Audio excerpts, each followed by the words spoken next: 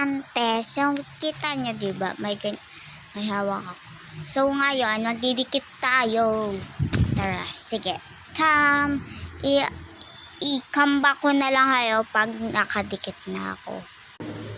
Ay, hindi pala guys, pag nakapili. Sige, wait lang. So, guys, may napili na ako, si Mia. Asan ba? Ay, sorry guys, ang lakas.